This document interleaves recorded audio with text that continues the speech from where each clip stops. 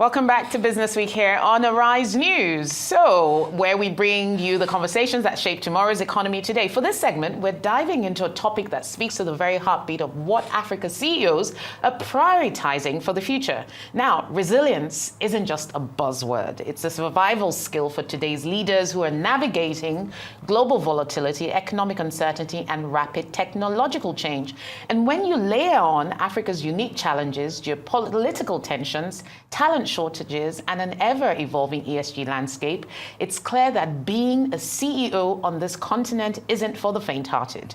But it's not all about survival. The KPMG Africa CEO Outlook Report 2024 reveals something extraordinary, a bold pivot towards innovation, from generative AI to ESG strategies. All of these are shaping how businesses grow and thrive. Well, joining me today to unpack this report is someone who knows these insights inside out. He's Tola Adeyemi, Senior Partner, KPMG Nigeria, and CEO of KPMG West Africa. Tola, great to see you for the second day in a row. Thank you. We've been talking about this report since yesterday. Absolutely. So clearly. So let's get straight into it. The report is power-packed with lots of insights. What was the main impetus for this report, and why now? Well, Rolake, as you said, the job of a CEO in Africa is not for the faint-hearted. It's quite a difficult one. When you think of the environment in which we operate in Africa, it's framed by volatility and uncertainty. So we thought that it will be important to understand some of the key trends that lie ahead for CEOs and really ask CEOs how they're dealing with these issues.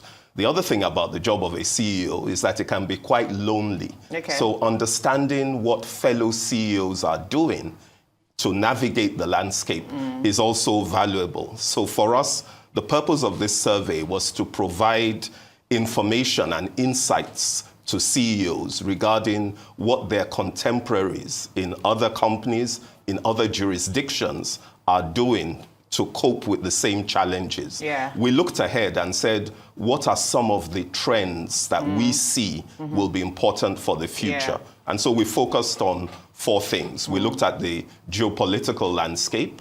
We looked at the issue of artificial intelligence and generative AI. We looked at the issue of talent, and then we looked at ESG. And we thought, let's do a deep dive into these issues. Well, interestingly, 63% of West African CEOs were optimistic about the global growth environment. And there was this whole sort of focus on resilience, the concerns around geopolitics, economic decoupling. What strategies are these CEOs employing to build resilience?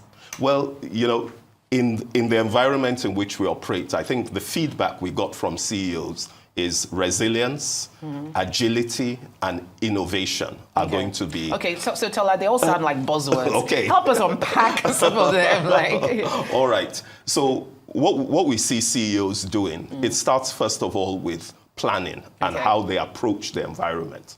So CEOs are doing what we refer to as scenario-based planning, in which you've got to look ahead and say what are the various things that could happen, and then build plans for each of these things. Right. Now, you'll never get it perfect, but the more prepared you are for changes in the environment, the better. Yeah. The other thing we're seeing, of course, is that CEOs are focusing on diversification because they recognize that there are risks that could emerge in any one area of the business. And so we're finding businesses are tending to spread the things that they're focusing on in order to be able to balance out risks. Yeah. The other thing we're seeing is a focus on supply chains. Because of what's happening in today's environment, supply chains are being disrupted. And so CEOs are saying, look, we've got to be able to build resilience into the supply chain. Even if it's a bit inefficient, we would rather have capacity than run out. So we're seeing an increased focus on domestication of supply chains, you know, which is the whole question of local sourcing, backward integration, in order to future-proof businesses. The business. And speaking of future-proof the business, Yeah. there was a part around talent. Oh, yeah. Talent. In fact, that was a big one. And there were some stats that I was really surprised by. One of them was that, 56% of CEOs think talent is a risk. But the other stat I thought was interesting was 83% of CEOs see people returning back to office work. And I personally thought the world had moved on from that. So help us unpack those two things. How do CEOs future-proof their business from a talent perspective, given some of this survey feedback? Right. You're quite right. CEOs, the majority of CEOs said, look, within the next 3 years, we foresee a complete return to the office. Oh, why? Which is, the reasons for that. The core reason is around productivity. Okay. I think the research has shown that while work from home is good, you also have to invest, especially in our Africa context. You've got to invest to make sure that employees can be productive working from home. So by the time you think of the challenges of providing every employee with power, with internet connectivity, with a comfortable desk space and a conducive office area within their homes, by the time you accumulate all those things, you find that the cost of doing it just becomes unsustainable. Yeah. Whereas you can readily provide that environment on a larger scale in the office. The other driver of this return to the office is culture. We're seeing that it's just that a lot more difficult to pass on the company culture virtually. That interaction and collaboration that comes from people being together in person, the companies are finding it's very difficult to replicate that on a larger scale. Yeah. And then you have training. Beyond culture, there's also the deployment and training of employees. So the main reason CEOs are focused on this is one of productivity. That's what I would say is the main driver. Because there's a overall cost dimension, but it's productivity and culture. Things which are important for the long-term sustainability of the business. I don't know if Generation Alpha and the Gen Zs may agree. But one of the things that many of us might agree on is that the rise of technology also introduces certain dynamics around talent management. Yeah. The question of which jobs will really, really go out of fashion, which jobs will stay, which jobs are the jobs of the future, how is generative AI and AI in general going to help companies upskill their staff? What strategies are they putting in place to respond to the advent of technology in such a rapid and dynamic way? What are these CEOs saying? What are their plans? Well, speaking to CEOs across Africa, there was a resounding voice that came through, which is to say that we are going to invest in technology and we're going to invest in generative AI. But are they investing in talent too? This is it. Interestingly, we're seeing that the investment in technology has begun to outstrip the investment in talent. Okay. So when you look at the budgets that companies are developing, the amounts they're planning to spend on new technology is beginning to exceed that of talent. How would you interpret that? Well, Two things, One is a recognition of the opportunity that's provided by technology. Technology provides the opportunity to leapfrog from a developmental perspective. It also provides the opportunity to build real efficiencies into businesses. But it comes with the challenges, especially when we think about it in an Africa context. Undoubtedly, generative AI, technology in general, is going to make a number of jobs redundant. Which ones? There's no jobs that can easily be replicated, So I would say certainly the routine kind of jobs, those will be eliminated. And even many knowledge-based jobs will also be eliminated. The challenge that puts in front of all of us, as Africans operating in Africa, is that we have got to have a focus on upskilling our employees, which is providing employees with a different set of skills that will allow them to operate effectively in this technology-driven environment that we will see. The data also says that AI is going to create a lot more jobs than will be lost. But the thing about it is that it will require a different skill set to be able to utilize those jobs. So really what all companies need to be doing, and governments in fact, is looking at how we're investing in really upskilling the workforce in general. Absolutely. Yes, to prepare for what's Indeed, ahead. and 77% of CEOs also highlighted the ethical concerns around that. It's interesting because this is very revealing, because I always thought that a lot of African CEOs weren't really concerned about the ethics, but perhaps the ethics of AI specifically, or technology, and it seemed to be a challenge in the global north. But tell us why this is becoming an issue for Africa CEOs. Okay, I mean, ethical considerations come in. Firstly, from the first point of view is the one of saying, look, there's the employment question. If we don't upskill the employees, then frankly, we're going to need fewer people employed in companies. And that creates unemployment and joblessness. So that's clearly an ethical consideration. Okay. The other thing is around when you look at the various ways in which AI can be deployed within the environment, there's some that do raise some serious and practical ethical issues. The other day, I was reading about how you can use AI, for instance, in alternate dispute resolution, which is arbitration. So imagine two companies in arbitration, and the arbitrator is AI.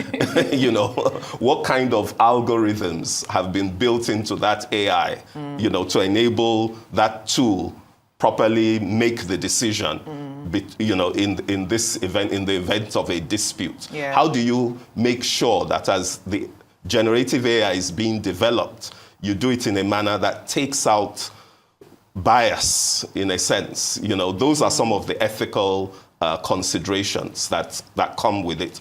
But just let me say this, when it comes to deploying AI in business, I think the real opportunity that companies have got to look at is to say, how do I deploy AI to address my stay awake issues? Okay. That's where the real power is going to come. So CEOs have got to be smart about how they deploy AI. I think where you'll get the most bang for your buck, so to speak, is making sure it's deployed in areas that are addressing the stay awake issues and areas that are improving customer experience. Absolutely. Because that's where the value is going to come. Indeed, and that's really what affects your bottom line at the end of the day. Now, one of the areas in this report that had the lowest number of responses was ESG and sustainability, with only 37% of African CEOs saying they've embedded it effectively into their strategies. Now, given global trends, that's a bit worrying. What happened to the remainder? Why are we sort of playing catch up in this area? And then the other stat was around those who believe they will achieve net zero is even slightly lower. So is it that ESG is not catching on as fast, or is it the implementation? What is going on here? I think fundamentally, especially within Africa, there's still an issue of understanding of what ESG is. And for the benefit of our audience, about. ESG is environmental, social and governance. And governance, yes. Yeah. That's what it's about. So there's an underappreciation, I would say, of the importance of ESG. It's surprising that speaking to some CEOs, they may say, oh, ESG doesn't concern me. But it does, because if you think about it, the issues of ESG are staring us in the face today. Think about the flooding that we're already experiencing within Nigeria, for instance, and the impact that flooding has had on productivity, on agricultural productivity, just as an example. So it's an environmental issue that has created a social problem, because it's resulted in poverty, it's resulted in unemployment. And the way in which we'll tackle it is by making sure we're really, on the governance side, putting in place appropriate measures. So I think there's a need for continuous education in Africa of the importance of ESG.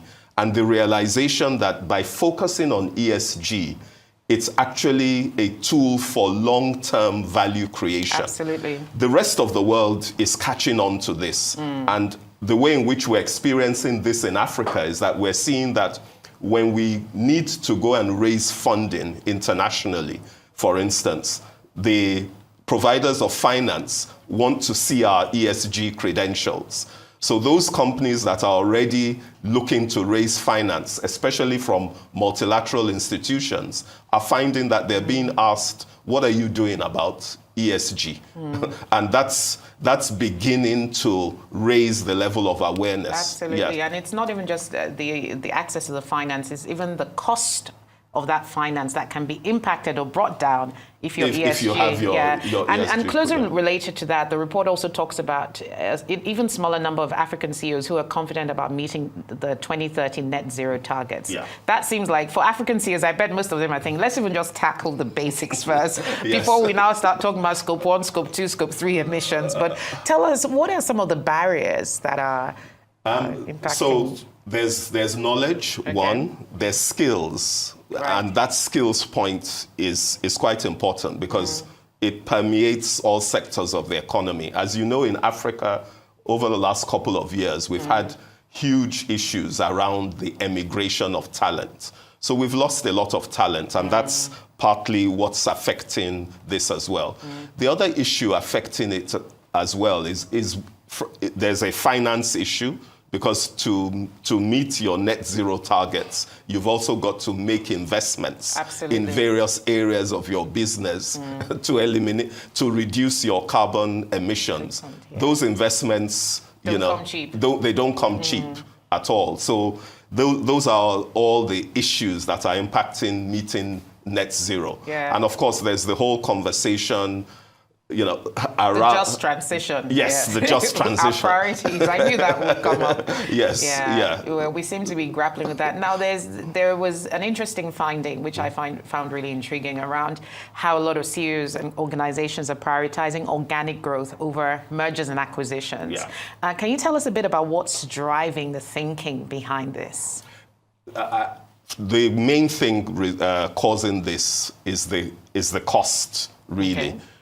When you go into an M&A, frequently you've got to raise money, and the cost of finance has increased. So it's making a number of these transactions a lot more costly to consummate. So we're in a cycle right now, therefore, in which CEOs are saying, given the high cost of finance in consummating an M&A transaction, let's look at how we can grow internally first. Let's improve our efficiency of our operations and focus on how we can, expand our own operations before we go and start looking to acquire businesses. Do you then think this is just a cycle, and we're going to return to a world of M&A soon? Clearly, it's a cycle because you can only grow thus far organically. True. Making an acquisition, doing a merger, that's one of the ways in which you can turbocharge your growth. So it is a cycle. We will get back to seeing a sharp uptake in M&A transactions. But in the meantime, I think CEOs are just saying, while we look at what's happening on the financing side, let's just make sure that we're, improving the efficiency of our operations. And I guess it ultimately will be a cost-benefit analysis, because there are also costs to setting up business organically. True. Oh, yeah. But there's somewhat of an elephant in the room, which actually came up yesterday during discussions, in that in all of this feedback that CEOs are giving on different areas, ESG, AI, talent, the geopolitical world outside, is the issue of regulation and the policy environment here. And the fact that all these changes that CEOs want to make are not devoid of a broader operating environment, of a broader policy environment, a broader regulatory environment, and that needs to be tackled. And so CEOs then kind of need to become advocates, right? Absolutely. Tell us about how the role of a CEO needs to evolve in relation to that picture I've just painted. Thank you, Rolake, because in a sense that was the unspoken message coming out in the survey. Within Africa, and I dare say around the world, we can't underestimate the impact of government on business. Government's role is to create the environment in which businesses can thrive.